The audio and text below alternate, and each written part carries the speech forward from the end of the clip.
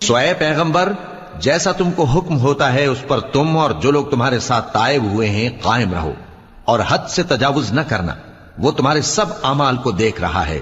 اور مسلمانوں، جو لوگ ظالم ہیں ان کی طرف مائل نہ ہونا، نہیں تو تمہیں بھی دوزخ کی آگ آ لپٹے گی، اور اللہ کے سوا تمہارے کوئی دوست نہیں ہوں گے، پھر تمہیں کوئی مدد بھی نہ ملے گی۔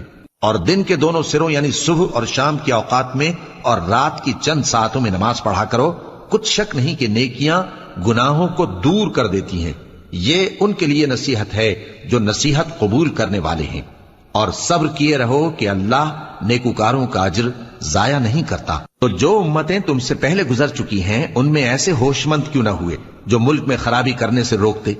ہاں، ایسے تھوڑے سے تھے جن کو ہم نے ان میں سے نجات بخشی، اور جو ظالم تھے وہ انہی باتوں کے پیچھے لگے رہے جن میں عیش و آرام تھا، اور وہ گناہوں میں ڈوبے ہوئے تھے۔ اور تمہارا پروردگار ایسا نہیں ہے کہ بستیوں کو جبکہ وہاں کے باشندے نیکوکار ہوں از راہ ظلم تباہ کر دے، اور اگر تمہارا پروردگار چاہتا تو تمام لوگوں کو ایک ہی جماعت کر دیتا، اور وہ برابر اختلاف کرتے رہیں گے، مگر جن پر تمہارا پروردگار رحم فرمائے، اور اسی لیے اس نے ان کو پیدا کیا ہے۔ اور تمہارے پروردگار کا قول پورا ہو گیا کہ میں دوزخ کو جنوں اور انسانوں سب سے بھر دوں گا۔ اور اے نبی اور پیغمبروں کے وہ سب حالات جو ہم تم سے بیان کرتے ہیں ان سے ہم تمہارے دل کو جمائے رکھتے ہیں، اور ان حالات میں تمہارے پاس حق پہنچ گیا، اور یہ مومنوں کے لیے نصیحت اور عبرت ہے۔